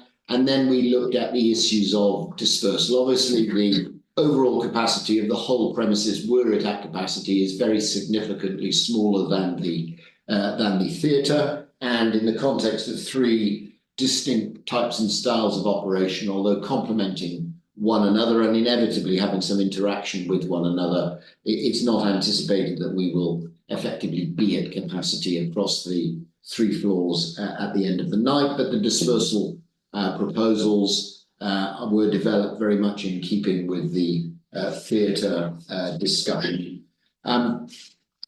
I normally do my best to take the full allocation of 5 minutes, but in the context of this, because we have run through the theatre, and obviously we welcome any questions you may have, I'll be inviting you to grant this application. It's going to be something about which we are all delighted to be engaged and involved, and believe it complements not just the Hyatt, but perfectly properly complements the whole development. It brings diversity. It's going to be, probably fair to say, very high-end. Appreciate that's not really a licensing condition, and it is diverse within the building itself, but not diverse in the context of its quality of offer and quality of service.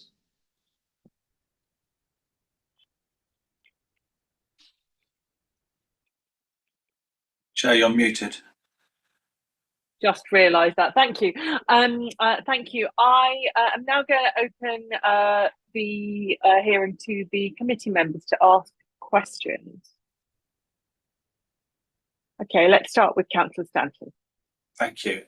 Thank you for those opening statements, everybody. That's always very useful. I only have a couple of questions. The first question is actually in relation to the interaction with the Hyatt, which is this. I note that late night refreshment has been applied for until midnight. Does that mean that the Hyatt is not offering a 24-hour room service facility? So I know the Hyatt, and I know, again, applications will judge on their own merit, but there is linkage there, as you've already mentioned, because I know that the Hyatt has a longer late night refreshment license. So yes, happy to help with that. So the I appreciate it's not the Hyatt that we're dealing with, but let me deal with the Hyatt point first. There will be a full room service offer for the Hyatt, but that is going to be serviced from effectively a modest kitchen within the Hyatt facility itself for the purposes of room service. The late night refreshment part here is effectively for the food and ultimately the hot drinks that would be serviced from the Pillar Hall itself. And so if you wanted to have food in your room at 3, then actually the Pillar Hall would not be involved in that part. That would be serviced internally from the Hyatt. Okay, that's great. Thank you very much, just for clarifying that. My next question is this. There are in the papers reference to use of the Pillar Hall for events and functions of, I think, was a capacity of about 300. Yes. You've also just mentioned that this will be a high-end offering. Arguably, someone attending a high-end offering is more likely to want to get a taxi or an Uber to the event rather than the train. So can I just ask what the traffic flow is in the drop-off and pick-up facilities for people attending the Pillar Hall? So obviously we're hoping that whilst it is a higher end facility, we're hoping people won't drive, will be dropped off, but there is a drop-off facility just outside Pillar Hall. So around the northern end of Olympia Way, there is a turning circle proposed. There will be some bollards, but there will be the ability to drop the bollards for taxi drop-offs inside that area, outside the Pillar Hall and the Hyatt. That's predominantly for people going to hire because of luggage being close to the door. In reality, it's likely that a taxi drop-off there would either happen at the northern end of Olympia Way or the southern end, which is where we'll be encouraging people more, and they would then walk up Olympia Way to the door of Pillar Hall. Okay, so it's not going to be the end of Sinclair Road or Macleese Road, or there will be access through Olympia Way, really, is my point. Yes, well, there will be for walking, not necessarily, not for vehicles to move to the door. So we'll be encouraging people to do that and walk to the door rather than be dropped off outside the venue itself. Okay. So where, just to get it right in my head, so if you're being dropped off at the southern end of Olympia Way, where would a taxi, or in fact, you know, if you've got a red carpet event, you've got limousines turning up, where would they be stopping? Just conscious that Hammersmith Road is relatively narrow at that point. It is. Then there are official taxi drop-off locations on Hammersmith Road, but there is a pull-in area at the southern end of Olympia Way for 2 to 3 taxis at any one time to keep them off the road. There's a bit of intricate sort of design to be done with Transport for London as and when the Cycleway 9 is designed and comes through. And we've spent a lot of time working with them to date and historically, and it's recently picked up again. In the event of a red carpet type event, then there is the option for us to open up Olympia Way to take the vehicle right off the road. That needs to be carefully managed in line with the overall sort of event coordination plan that we've touched on in earlier hearings around deconflicting between different events and different uses. Because if there is a heavily pedestrianised access or egress happening, we wouldn't want to cross that with vehicles.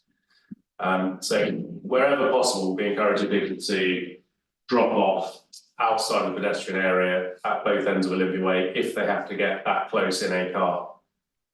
Okay, thank you. I think that answers my question on that. Just one final question then. There is mention in the application of deliveries, and there is, if I say, what has now been an agreed condition on some of the other premises that have been applied for with relation to deliveries, would the applicants be content for that same condition to be added to this application? So yes is the one word answer. Could I just add the slight caveat, which is probably not very attractive for me to say this to a councillor, but the actual wording of that condition I've not actually yet had opportunity to see. But in terms of the discussion that we only had 2 weeks ago, yes, the tone and tenor of the condition is fully understood. I think it's something I've just touched on with Adrian. I think in turn he's touched with his legal colleagues. I think we're just going to swap an email just to get the wording precise, and that hasn't yet happened. But in terms of tone and theme, absolutely. Thank you very much. That's it from me, Chair. Thank you. Thank you. Councillor Harcourt, do you have any questions? Thank you, Chair. But as we've already discussed, in light of the fact that we've been touching on a very similar, in many ways, a similar application with similar issues, just literally a couple of hours ago, I'm not going to go through all those same questions in detail, but for the purpose of the record, I think I need to just ask about issues around noise, within the escaping from within the actual venue, given that there's loud music, more music here perhaps than there would be in the theatre. And secondly, around dispersal arrangements and work with TfL on boosting trains, etc. I appreciate you've answered these questions already, but for the record, I think we need to have them again, even if you answer very briefly.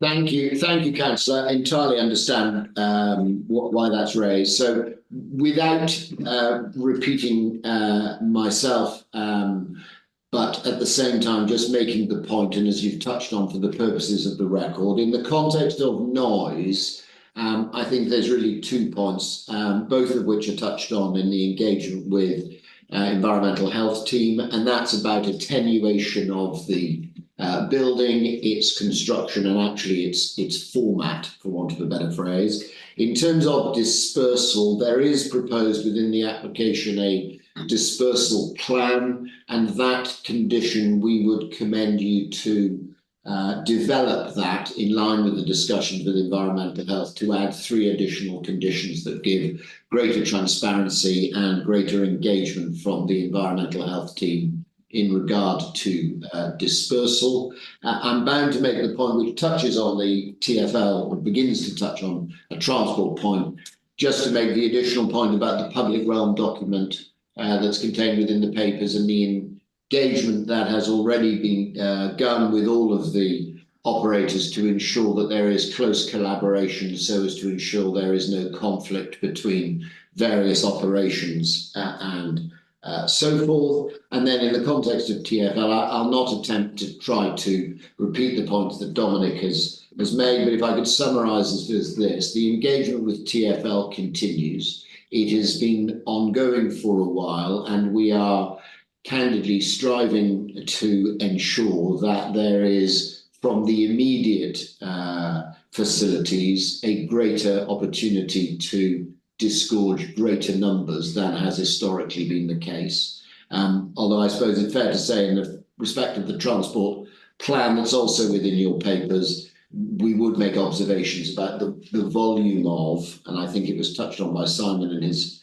commentary earlier, the volume of opportunities to depart from both neighbouring stations and through other means, which I suppose leads me to the obvious point that our view is that it wouldn't be fair to suggest that the licensing objectives would likely be undermined by this operation with all of those facilities that are available. Appreciate, here's me saying it'll do a quick précis, and then that answer seemed to last about 2 minutes, so I apologise for that, but I hope it touched on all the points that we raised. Thanks. Just a couple of quick points on that. Councillor Stanton asked questions around people arriving by car. Obviously, something, as a local authority, we're trying to discourage. Is there going to be anything in literature that such like that you put out advertising for the venue to discourage people from using private cars, private vehicles? Yeah, absolutely. So first of all, there'll be a restriction on who can book parking at the venue. There are 2 car parking areas. The motor rail, which is the grounds, or the grade-based car park to the north of this area, and also a new underground area. But that will be largely logistics and exhibition-related vehicles, so people will be encouraged not to drive on the websites. And also, we will be very much pushing all the public transport access available. We do have a really good section on our website at the moment, and we'll continue to sort of look to improve that and make it really clear that people should get here quicker, more conveniently, and discourage people from driving as far as we can.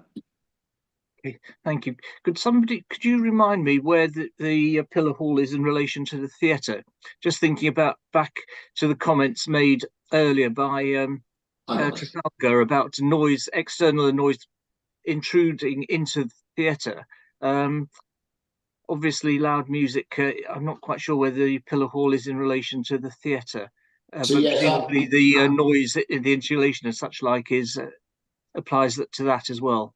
So yes, I can help with that. Although the point, it's effectively the other end. It's much further down toward Olympia Way. But the point you make is entirely valid, just not insofar as the same building, because of the interaction with the Hyatt, which is the Emberton building, which is effectively on the north corner of Olympia Way. The greatest obligation on us in terms of attenuation, with all due respect to the residents, is the residents within the hotel of the Hyatt itself. And it would be probably obviously entirely self-defeating for us to have an operation that was in any way intrusive into the residential amenity of the hotel that is essentially the building next door. So the point's entirely valid, but it's not insofar as the theatre is concerned, because that is, for want of a better phrase, essentially behind the office block. In the office block is essentially betwixt and between Pillar Hall and the theatre. It's the Emberton Hotel, the Hyatt, which is the greatest consideration to us, in addition to the residents. Okay, thanks very much for that. And the final point, which I won't go through the whole issue, which was about the wording regarding the submission of the dispersal plan, which we've said before, and whether it's something that should be approved or not. But I make the point again.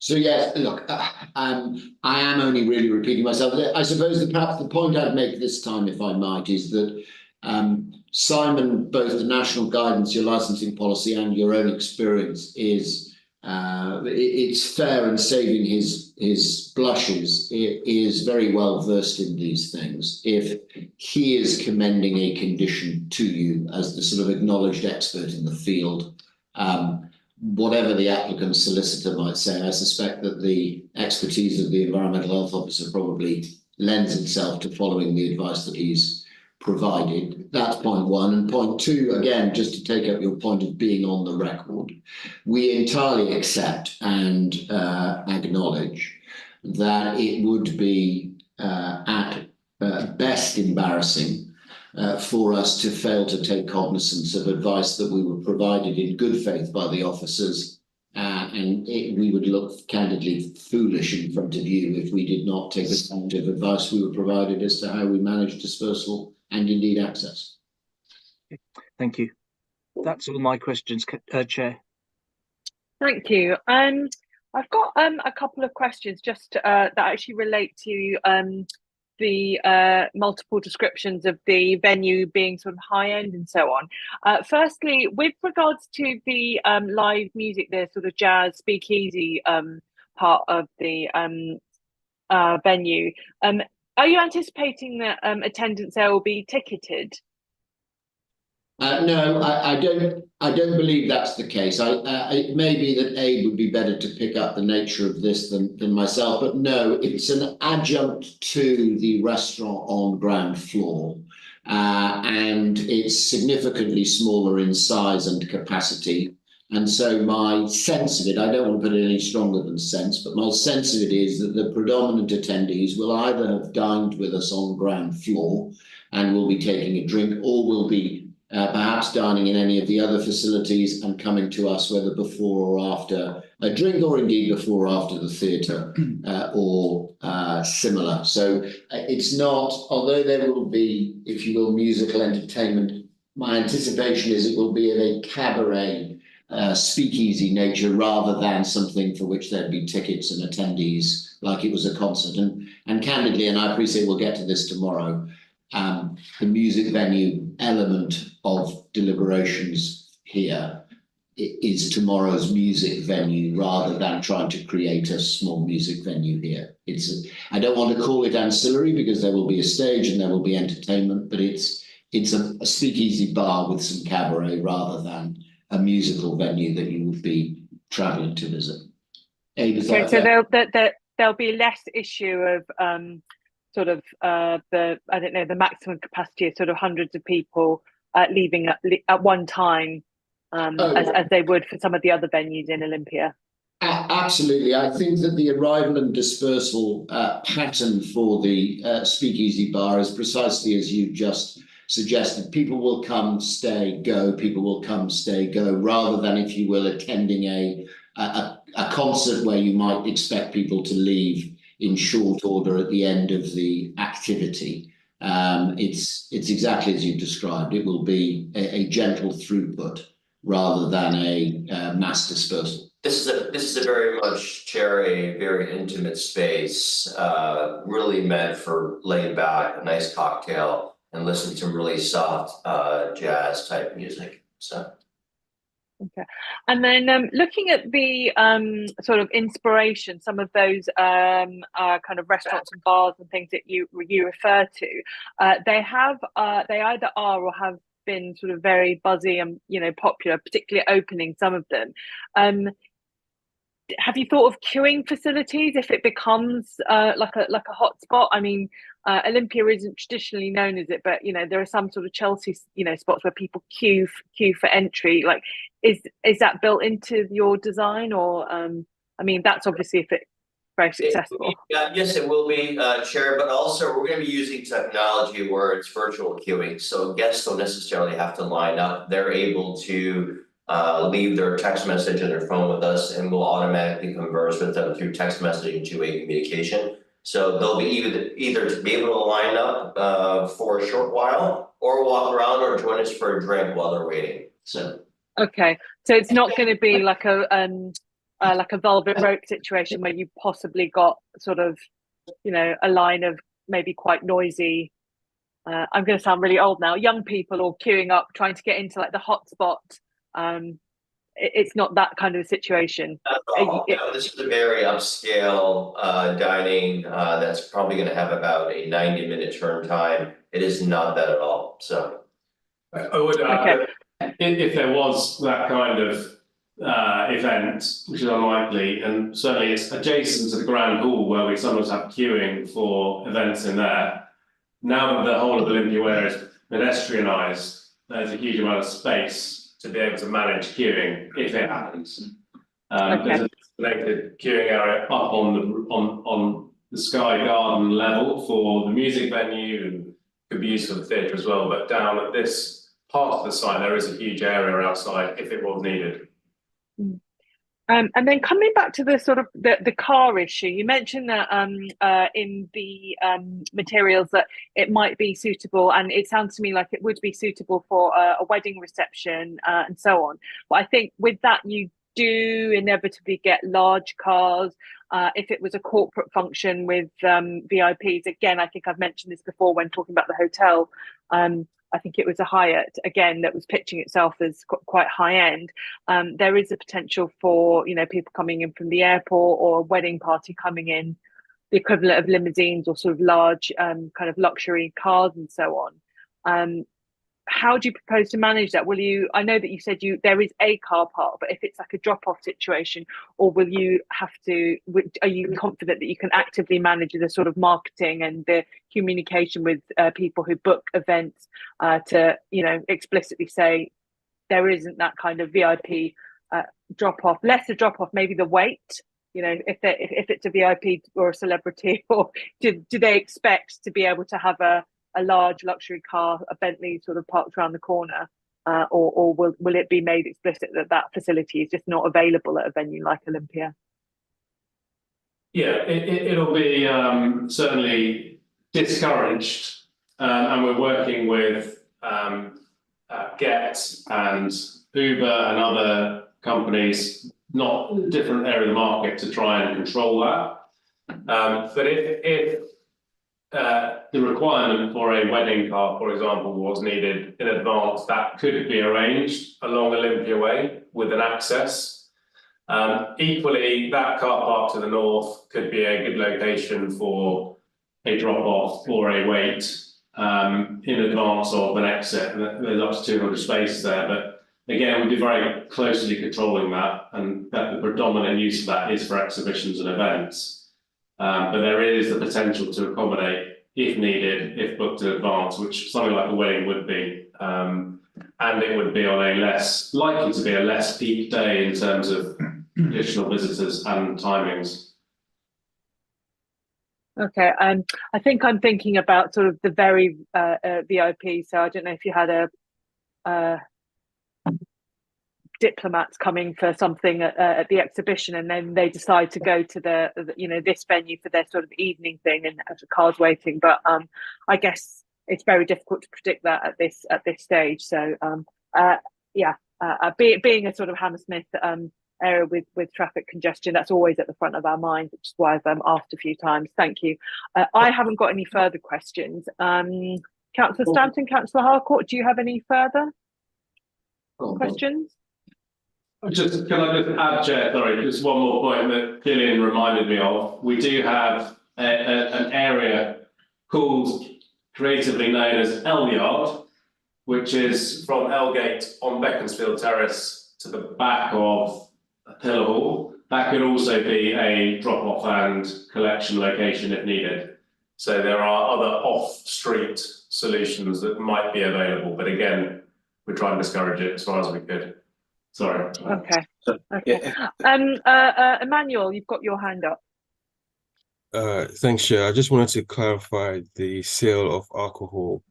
I'm assuming this will also be just on the premises and not on and off. No, I think this one is off. I understand on the theatre in respect of the off sales point that Councillor Stanton made, but no, in respect of this premise, it's not. If I take as a modest example, and I grant you it's a modest example, but if a hired customer had not finished a bottle of wine, they'd be perfectly entitled to take it back to their room. But there's not going to be a shop, self-evidently, but those who might have dined and would want to take the remainder of a bottle of wine or similar back to a room, we would want to maintain the permission for that. And candidly, Emmanuel, I suppose I'm bound to make the point, I've not really seen anything in the representations that suggests that that's a problem. So yeah, I was just clarifying because it was broad. Thank you. Thank you. Okay, so I think that's all the questions from the committee, which I believe takes us to the summing up. So I'll go one by one. Do any of the parties have anything further to sum up on? The licensing officer first, Lorna, do you have anything that you'd like to add to summing up? Nothing further to add, Chair. Okay. Simon, I know you didn't object, so you don't really have a summing up to do, but is there anything whilst you're here anyway that you wanted to add or comment on? No, Chair, nothing from me. Thank you. Okay, and then back to you, Matthew. Is there anything you'd like to sum up with? And you have 3 minutes. Thank you, Chair. I suppose that only one point really for me to make, and that is just in the context of this application, we are in the fortunate position of having progressed significantly discussions with a proposed operator, which has not always been the case on all of the applications we presented before you. And in the case of Pillar Hall, we are extremely pleased and candidly believe that you, both as councillors, officers and residents, will be as well for the interaction with Des and his proposals, and the application conditions, dialogue with the officers and those supplemented by the engagement with Simon, all allow for this application to be granted. I say unashamedly confident in the knowledge that the licensing objectives will be promoted by this proposed operation. Okay, thank you very much. So again, the committee will now retire to take its decision and deliberate. We will be going into a separate meeting room, and as before, you are welcome to remain in the meeting to hear the committee's decision. And if you don't want to wait, a summary decision will be published on the council's website tomorrow morning. Now, I'll ask the members to turn off their videos and mute their microphones and join the Teams meeting.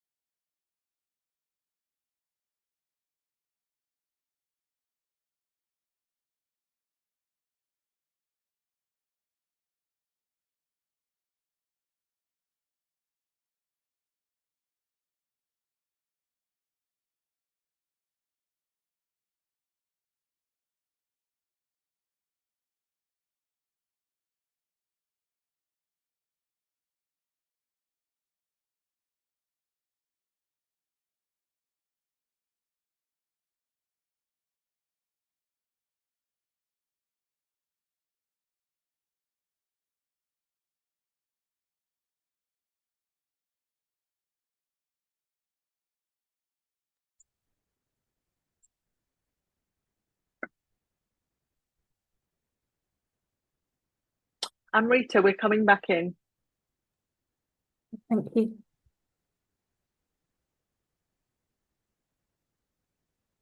Yeah, looks like we've got everyone in the room. Chair. Okay.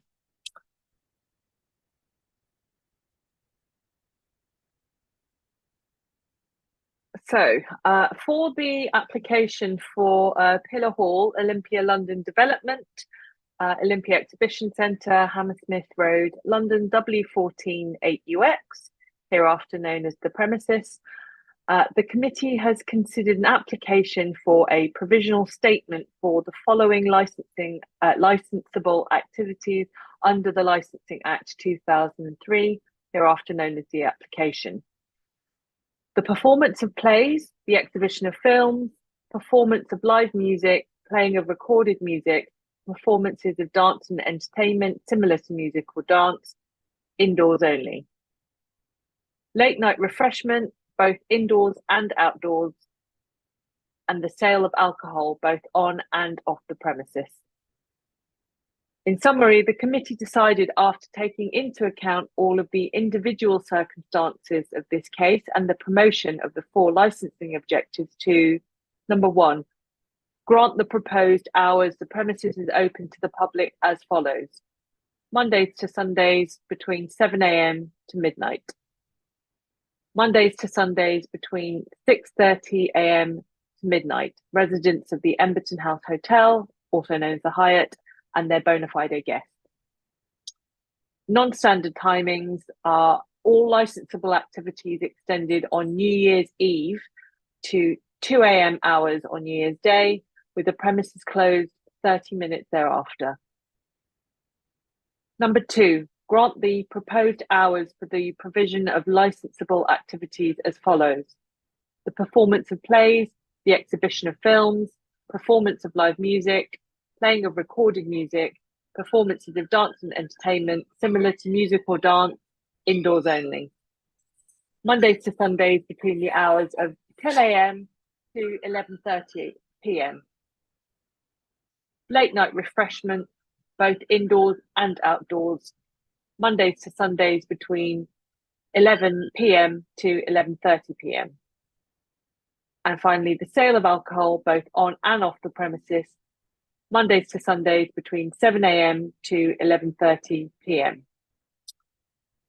Number 3, attach proposed conditions by the applicant. Amend the proposed condition by the applicant. Number 4, amend the proposed condition by the applicant relating to noise nuisance as follows: the dispersal policy shall be submitted to the licensing authority for review no less than 14 days before the premises opens.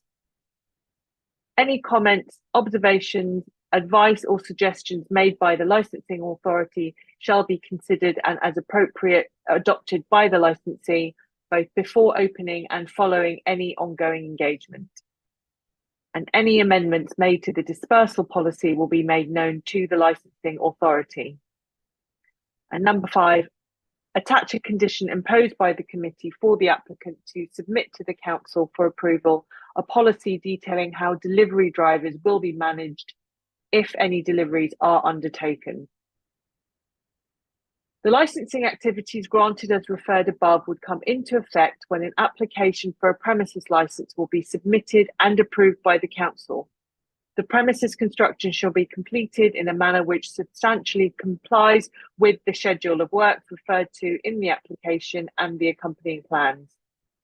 A copy of this committee's full decision, including setting out details of this decision, together with its reasons, will be sent to the parties forthwith.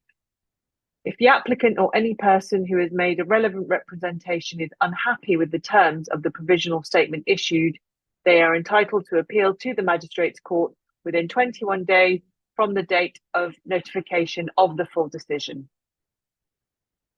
Okay, that concludes this morning's licensing hearing. The next meeting will start at 2 PM, so everyone involved in that, I will see you then, but thank you everyone for attending. Thank you. Thank you.